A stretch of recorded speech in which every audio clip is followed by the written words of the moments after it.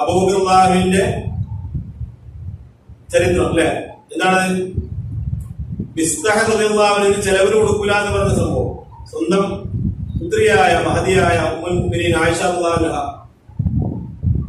സിദ്ദീഖത്തു ബിന്തു സിദ്ദീഖിന്റെ മകളായ സിദ്ദീഖ അല്ലെ, അള്ളാഹുവിന്റെ ഖുർആനിലൂടെ പതിവ്രതയാണെന്ന് എല്ലാ നിലക്കുമുള്ള സർട്ടിഫൈ ചെയ്യപ്പെട്ട മഹാവനിത.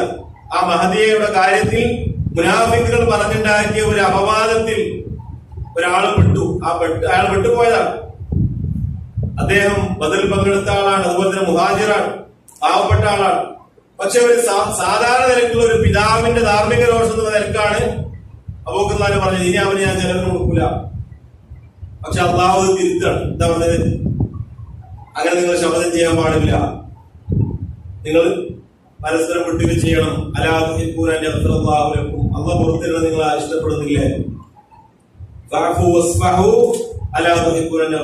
അപ്പൊ നമ്മുടെ അള്ളാഹുവിനുള്ള മഗ്ഫിറത്തും റഹ്മത്തും നേടിയെടുക്കാനുള്ള ഏറ്റവും വലിയ മാർഗം ജനങ്ങളോട് വിട്ടുവീഴ്ച ചെയ്യുന്നത്. അത് നമുക്ക് തടയുക എന്നുള്ളതാണ് പിശാചിന്റെ ഏറ്റവും വലിയ ലക്ഷ്യം. അതുകൊണ്ടാണ് നമ്മൾ ഇങ്ങനെയുള്ള പ്രേരണകൾ ഉണ്ടാകുമ്പോൾ ഇത് പറയാതെങ്കിൽ ആ സ്ഥലത്ത് നിന്ന് മാറിപ്പോവുക, നമ്മളുള്ള അവസ്ഥയിൽ നിന്ന് ഒരു ശാന്തമായ അവസ്ഥയിലേക്ക് മടങ്ങുക.